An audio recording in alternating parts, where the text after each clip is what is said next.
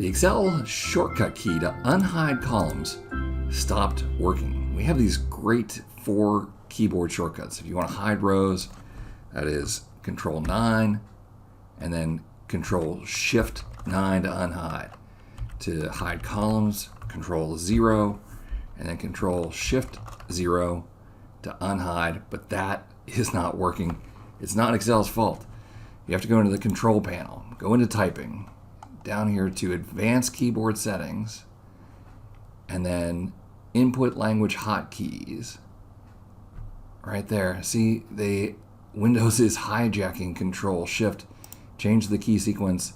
Choose to not change to not assign, not assign. Click OK. Click OK.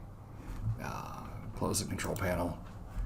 And now Ctrl+Shift+0 will unhide. It's all good again.